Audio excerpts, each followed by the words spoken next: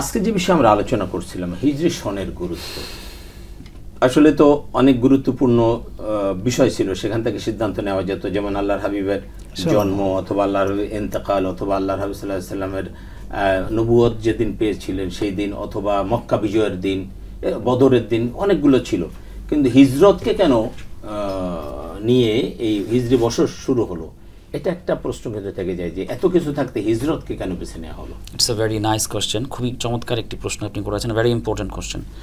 এই প্রশ্নের উত্তর হযরত ওমর ইবনুল খাত্তাব রাদিয়াল্লাহু তাআলা আনহু এই প্রশ্নের উত্তর তিনি দিয়েছেন। তিনি বলেছেন যে নবীজি সাল্লাল্লাহু আলাইহি ওয়াসাল্লামের হিজরত এটা এমন একটা গুরুত্বপূর্ণ জিনিস, আল হিজরাতু ফাররাকাত বাইনাল হাক্কি ওয়াল বাতিল।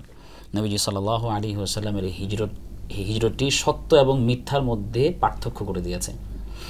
এবং এই হিজরতের ফজিলত সম্পর্কে যদি আপনি কোরআনে কারিমের আয়াতের দিকে লক্ষ্য করেন তাহলে বুঝতে পারবেন যে হিজরতটা কত গুরুত্বপূর্ণ একটা জিনিস।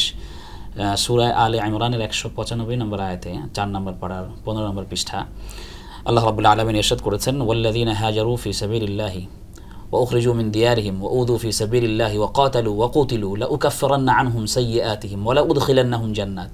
অর্থাৎ যারা হিজরত করেছে তাদের সম্পর্কে আল্লাহ তাআলা জান্নাতের ঘোষণা দিচ্ছেন এখানে।